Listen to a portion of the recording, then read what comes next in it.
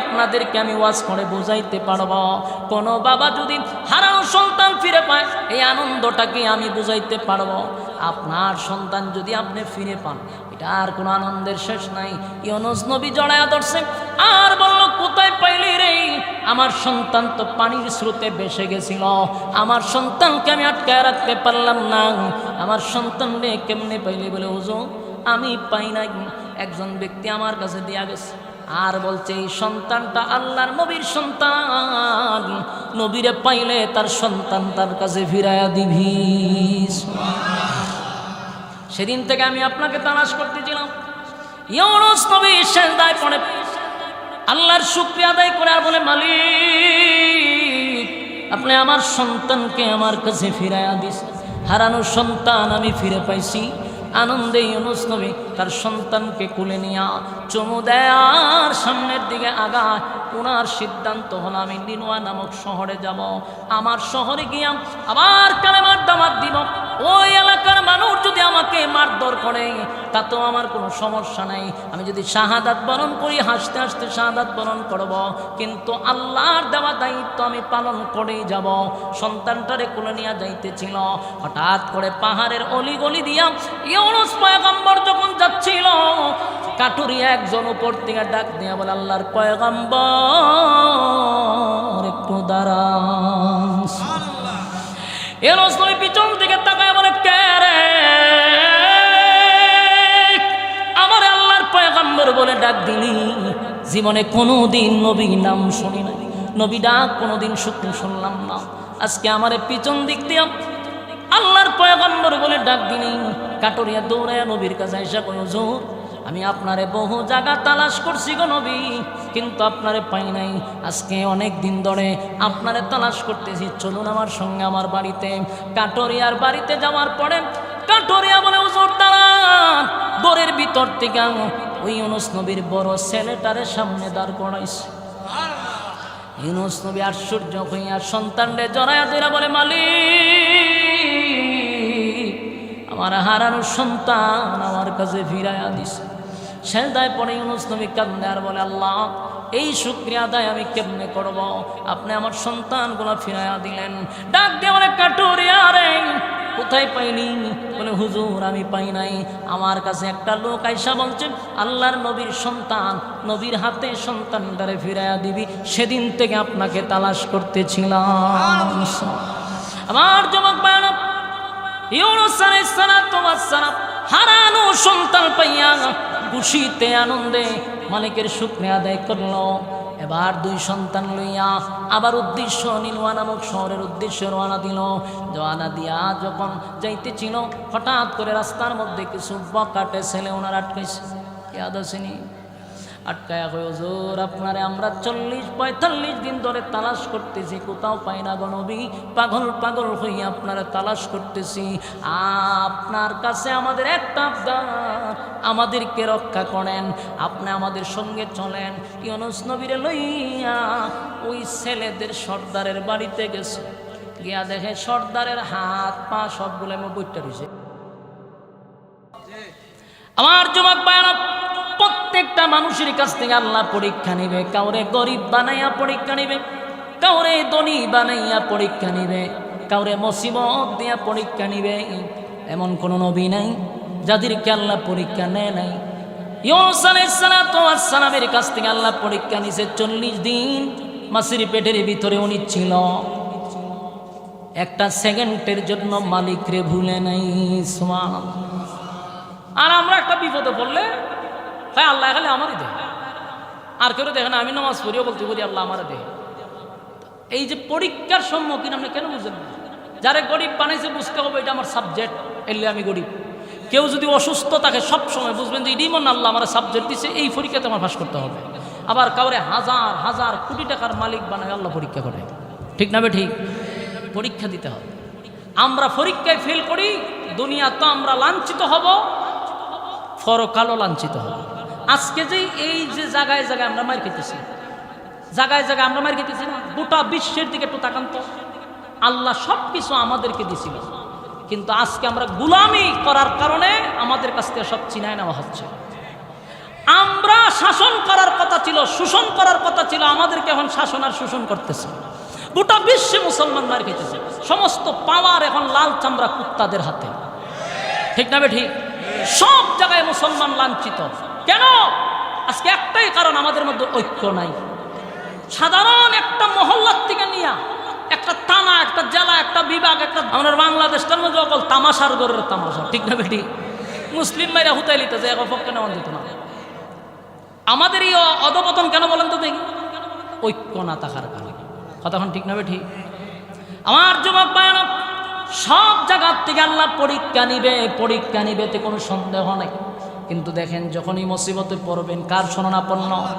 আল্লাহর শরণাপন্ন হবেন, মালিকের শরণাপন্ন হবেন। এখান থেকে শিক্ষা নেওয়া দরকার। ইউনূস নবী মাছের পেটের ভিতরে গিয়া বুঝতে পারছে অপরাধ আমার, অন্যায় আমি করছি।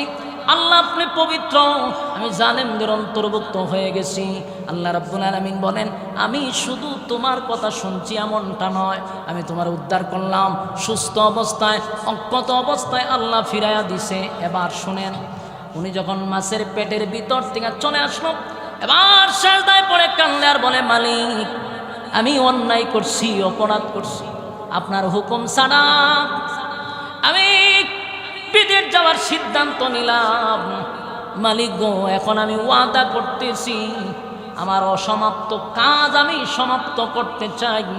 আমি আবার যাব আমার শহরে, আবার যাব নিনুয়া নামক শহরে, আবার কালেমার দাওয়াত দিব। তারা যদি আমারে হত্যাও করে, আমি শাহাদাত বরণ করব, কিন্তু আপনার হুকুম ছাড়া আমি আর চুল পরিমাণ সামনে আগাবো না। আমার যুবক ভাইরা, বলুন তো দেখি, উনি যেই শহরে যাইতে চায়, ওই শহরের মানুষগুলাকে এখন আর বেঈমান আছে? সব ঈমান আনছে। পাগল পাগল পাগল হইয়া নবীরে তারা তালাশ করতেছিল। আর নবী এখানে বলে, আল্লাহ আমারে যদি তারা হত্যা করে অসুবিধা নাই, আমি কালেমার দাওয়াত দিয়ে যাব। আমার জীবন থাকতে আমি আপনার দাওয়াত থেকে চুল পরিমাণ পিছপা হব না। এই মর্মে ওয়াদা করল। এবার উনি সুস্থ অবস্থায় আবার রওনা দিছে, দিনওয়া নামক শহরের উদ্দেশ্যে রওনা দিছে। রওনা যখন দেওয়া শুরু করলো, নদী আঁকা বাঁকা পথ পেরিয়ে যখন একেবারে মরুভূমির কিনারায় চলে গেছে, হঠাৎ করে দেখে একজন লোক পিছন থেকে ওনারা ডাকতেছে, আল্লাহর পয়গম্বর একটু দাঁড়ান। সুবহানাল্লাহ। ইউনূস আলাইহিস সালাতু ওয়াস সালাম চিৎকার দিয়ে বলে, কে পিছন দিক দিয়ে আমারে আল্লাহর পয়গম্বর বলে ডাক দিলি? 40টা বছর কালেমার দাওয়াত দিলাম, 40টা বছর আমি কালেমার দাওয়াত দিলাম, কিন্তু কেউ আমারে আল্লাহর পয়গম্বর বলে ডাক দিল না। আমি কোনোদিন আমার কান দিয়ে আল্লাহর পয়গম্বর এই কথাটা শুনলাম না। কে রে আমারে তুই আল্লাহর নবী বলে ডাক দিলি? একটা লোক আইসা বলে, হুজুর আমি আপনাকে আল্লাহর নবী বলে ডাক দিলাম, কেমনে চিনলি? বলে, হুজুর এই কথাগুলি আমি পরে বলবো, আগে চলুন আমার সঙ্গে আমার বাড়িতে। হুজুর দয়া করে আপনাকে আজকে 40টা দিন ধরে পাগল পাগল হয়ে আমি তালাশ করতেছি। ইউনূস নবী আশ্চর্য হয়ে গেল, যে জাতিরে আমি 40 বছর কালেমার দাওয়াত দিলাম, তারা মারলো আমারে, এত কিছু করলো, আর কোন শহর থেকে কোন শহরে আসলাম, এখানের মানুষ আমারে আল্লাহর পয়গম্বর বলে ডাক দিল। আশ্চর্য হইয়া ওই লোকের পিছনে পিছনে ইউনূস নবী যাওয়া শুরু করছে। ওই লোকের বাড়িতে যাওয়ার পরে বলে, হুজুর আপনি একটু দাঁড়ান। আল্লাহর পয়গম্বর দাঁড়াইলেন, ভিতর থেকে গিয়া ইউনূস নবীর ছোট ছেলেটারে ওনার সামনে দাঁড় করাইছে। একটা জবান বন্ধ রাখবেন না, জোরে করুন আল্লাহু আকবার। আর যুবক ভাইরা, বাবা যদি তার হারানো সন্তান ফিরে পায় গো, এই বিষয়টা কি আপনাদেরকে আমি ওয়াজ করে বোঝাইতে পারবো? কোন বাবা যদি হারানো সন্তান ফিরে পায়, এই আনন্দটা কি আমি বুঝাইতে পারবো? আপনার সন্তান যদি আপনি ফিরে পান, এটা আর কোনো আনন্দের শেষ নাই। ইউনূস নবী জড়ায়া ধরছে আর বলল, কোথায় পাইলি রে? আমার সন্তান তো পানির স্রোতে ভেসে গেছিল, আমার সন্তানকে আমি আটকায় রাখতে পারলাম না, আমার সন্তান রে কেমনে পাইলি? বলে, হুজুর আমি পাই নাই, একজন ব্যক্তি আমার কাছে দিয়া গেছে। আর বলছে, এই সন্তানটা আল্লাহর নবীর সন্তান, নবীরে পাইলে তার সন্তান তার কাছে ফিরাইয়া দিবি। সেদিন থেকে আমি আপনাকে তালাশ করতেছিলাম।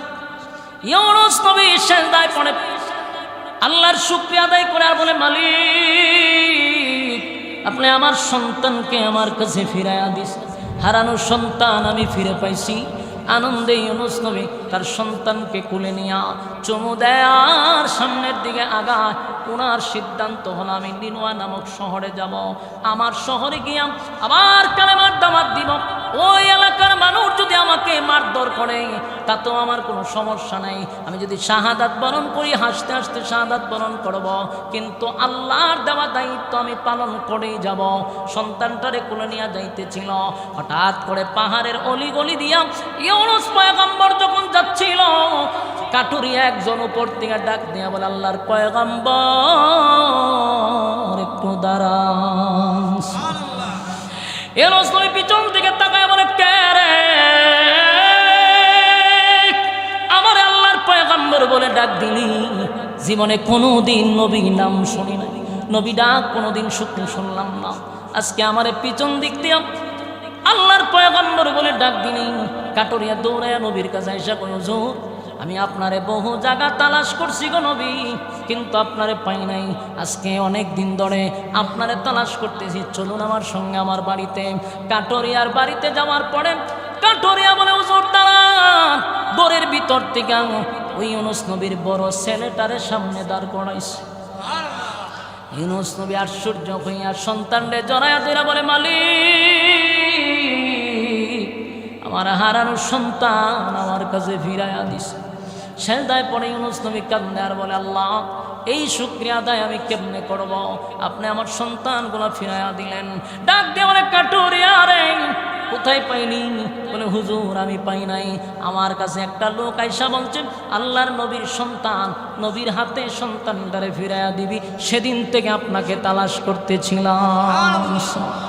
আমার যুবক ভাইরা, ইউনুস আলাইহিস সালাতু ওয়াস সালাম হারানো সন্তান পাইয়া খুশিতে আনন্দে মালিকের শুকরিয়া আদায় করলো। এবার দুই সন্তান লইয়া আবার উদ্দেশ্য নিনুয়া নামক শহরের উদ্দেশ্যে রওনা দিল। রওনা দিয়া যখন যাইতেছিল, হঠাৎ করে রাস্তার মধ্যে কিছু বকাটে ছেলে ওনার আটকাইছে। ইয়াদ আসেনি? আটকায়া কই, হুজুর আপনারে আমরা 40-45 দিন ধরে তালাশ করতেছি, কোথাও পাই না গো নবী। পাগল পাগল হইয়া আপনারা তালাশ করতেছি। আপনার কাছে আমাদের একটা আবদার, আমাদেরকে রক্ষা করেন, আপনি আমাদের সঙ্গে চলেন। ইউনুস নবীরে লইয়া ওই ছেলেদের সর্দারের বাড়িতে গেছে। গিয়া দেখে সর্দারের হাত পা সবগুলো বইটা রয়েছে, ফেরালাইসিস হয়ে গেছে। তেজি গাড়ি ফেরালাইসিস গাড়ি কাছে তাকায়া দেখে ইউনুস নবীর বিবি বসে আছে। ইউনুস নবীর বিবি ডাক দেয়া বলে, আল্লাহর পয়গম্বর আমি আপনাকে বলছিলাম আমার আল্লাহর জিম্মায় ছেড়ে দেন। আমারে যেমনটা রেখে গেছিলেন আমি এমনটাই আছি, আমানতের কোনো খেয়ানত হয় নাই। আল্লাহর নবী বলেন, তোমার পাশের লোকটা কেন প্যারালাইসিস হইয়া বসে আছে? চোখ ভালো না, এর চরিত্র খারাপ। হে কোনো মাইয়া পান রাস্তা দিয়ে গেলে দুই আনে, আনার পরে আমার সে ধরতে যায় তখনই আল্লাহ তারে প্যারালাইসিস করে ভালায় রাখছে। তুই প্যারালাইসিস করে ভালো রাখছে কিছুদিন, এখন এ খান দে হয় আল্লাহ রাস্তা আমার মাফ করে দেন, আর জীবনে আমি ধরতাম। তো ইউনুস নবীর বিবি দোয়া করছে, আল্লাহ এর সুস্থ করছে। কিছুদিন যেতে না যেতে তো চোখ খারাপ, তো চরিত্র খারাপ। কিছুদিন যাওয়ার পরে হে আবার গেছে ধরত, আবার প্যারালাইসিস। অহন খোয়া খান দেওয়ার হয় আমার আরেকবার ভালো করে দেন। তুই এইভাবে থাকলে আমি নিরাপদ, তুই ভাবি থাক। তুই চরিত্র খারাপ, একবার ভালো হয়েছ তো আরেকবার তুই আমার ধরতে চাস, তুই এইভাবে থাকলে না আমি নিরাপদ, তুই প্যারালাইসিস হয়ে করে থাক। ইউনুস নবী আইসে পরে কয়ার লেগে দোয়া করছে, আল্লাহ সুস্থ করছে। এই লোক কালেমা পড়ে ঈমান আনছে। এবার সন্তান পাইছে, বিবি পাইছে, সুবহানাল্লাহ। বিবিও পাইল, সন্তানও পাইল। মাঝখানে এতগুলা ঘটনা ঘটল কেন? বলে এটা আল্লাহ তার বন্ধুর কাছ থেকে পরীক্ষা নিছে। সন্তান হারাইয়া, স্ত্রী হারাইয়া, নিজে মাছের পেটের ভিতরে ঢুইকা 40 দিন থাকছে। এতগুলা মুসিবতের মধ্যেও নবী আল্লাহরে ভুলে নাই। এত মুসিবত থেকে আল্লাহরে ভুলে নাই। 40 দিন পরে নিজে বিপদ থেকে উদ্ধার হইল, সন্তান পাইল, স্ত্রী পাইল। এবার আনন্দে খুশিতে সব ঠিক আছে, কিন্তু এখন যাইতে হবে নেনোয়া নামক শহরে।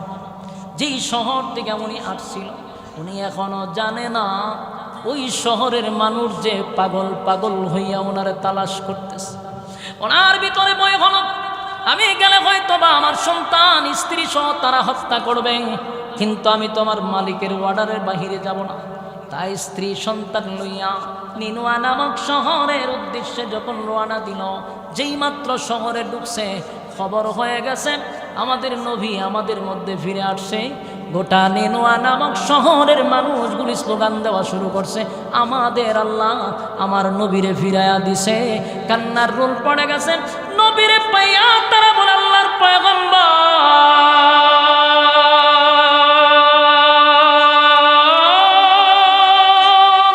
40 দিন ধরে আপনারে গলিতে গলিতে আমরা তালাশ করি গো নবী, কোথায় গেছিলেন? আমরা আপনারে তালাশ করছি। ইউনূস নবী আশ্চর্য হয়ে গেল। যেই জাতি 40 বছর পর্যন্ত ওনারে, যেই জাতি রক্ত জড়াইল, যেই জাতি গজবের ভয় পায় না, গজবের দিন তারিখ শোনার পরেও ভয় পায় না, এই জাতি গোটা কওমের মানুষ ওনার জন্য পাগল। আর নবীর কাছে মাপ চাই, হুজুর জীবনে বহু বেয়াদবি করছি, আপনার সঙ্গে অন্যায় করছি, অপরাধ করছি গো নবী, আমাদেরকে ক্ষমা করে দেন। আমরা আমাদের মালিকের উপর ঈমান আনছি, আমরা আমার নবীদের জন্য দোয়া করছি, আল্লাহ নবীরে ফিরাইয়া দেন। আমাদের ডাক আল্লাহ কবুল করছে। ইউনূস নবী আশ্চর্য হইয়া সেজদায় পড়ে শুকরিয়া আদায় করে মালিক, পুরা কওমের লোক কালেমা পড়ে ঈমান আনলো। আমার যুবক ভাইরা, এর মধ্যে ঘটনাগুলি কেন ঘটল? ইউনূস নবীর সন্তান থেকে আল্লাহ বিচ্ছিন্ন করছে, স্ত্রীর থেকে বিচ্ছিন্ন করছে, গোটা পৃথিবীর মানুষের কাছ থেকে ওনারা বিচ্ছিন্ন করে দিল। 3টা অন্ধকারের ভিতরে ইউনূস নবী চলে গেল। 1 হলো রাতের অন্ধকার, 2 হলো পানির অন্ধকার, 3 হলো মাছের পেটের ভিতরের অন্ধকার। 3টা অন্ধকারের ভিতরে তাইকা ইউনূস নবী আল্লাহরে ভুলে নাই, আল্লাহও তার বান্দারে ভুলে নাই। এরপরের অংশে আল্লাহ বলেন, বান্দা বান্দি গোটা পৃথিবীর সমস্ত উম্মতি মুহাম্মদীকে আল্লাহ জানায়া দিছে, কিয়ামত পর্যন্ত আল্লাহ জানায়া দিল, ওয়া কাযালিকা নুজিল মুমিনিন। আল্লাহ বলেন, কিয়ামত পর্যন্ত যদি উম্মতি মুহাম্মদীরা যদি কোনো বান্দা বান্দি যদি মুসিবতে পড়ে যায়, মুসিবতের মধ্যে পড়ে যদি আমি আল্লাহর শরণাপন্ন হয় রে, আমি আল্লাহ ওয়াদা দিলাম, ইউনূস নবীর যেমন কঠিন থেকে কঠিন মুসিবত থেকে উদ্ধার করছি, কিয়ামত পর্যন্ত সমস্ত বান্দা বান্দিকেও আমি এমন মুসিবত থেকে উদ্ধার করে দিব। সুবহানাল্লাহ। যুবক ভাইরা, বলুন তো দেখি, মুসিবতে পড়লে কারে ডাকবেন? আমরা এটা বিশ্বাস করি একমাত্র বাসানিওয়ালা একমাত্র আল্লাহ। আমরা গোলামি করি আল্লাহ, আমরা চাইব আল্লাহর কাছে। আল্লাহ ছাড়া কারো কাছে মাথা নত করা যাবে না, আ জায়গায় বে জায়গায় সেজদা দেওয়া যাবে না। আল্লাহ ছাড়া কারো কাছে চাইবেন না, কারো কাছে প্রার্থনা করবেন না, সন্তান চাইবেন না। যে কোনো জায়গার মধ্যে সমস্যায় পড়েন, শরণাপন্ন হবেন আল্লাহ। বলুন, সন্তান দেওয়ার মালিককে? না কোনো জড়া, ল্যাংটা, কাটাকাল্লা, গনিশা, কান্দুলিশা, এই সমস্ত জড়া ল্যাংটার কাছে ছাওয়া যাবে না। এই সমস্ত কুসংস্কার থেকে ফিরে আসেন, ফিরে আসেন কুসংস্কার থেকে। সব গুণ আল্লাহ মাফ করে, শিরক আল্লাহ বরদাস্ত করে না। সমাজের মানুষ শিরকে যুক্ত হয়ে গেছে, এই সমস্ত অপকর্মে মানুষ জড়িত হয়ে গেছে। মাজারওয়ালা কোনো কিছু দিতে পারে না, একমাত্র চাইতে হবে আল্লাহর কাছে। ঠিক না? ঠিক রাজি আছেন? কারা কারা আত্মিলা দেখান তো? লিল্লাহে তাকবীর, লিল্লাহে তাকবীর। আমরা সব কিছু চাইবো কার কাছে? ওরে বাবার, একটু জোর করে একবার ইমানের শক্তিতে বলেন, আমরা মানুষের কাছে চাবো না। কোনো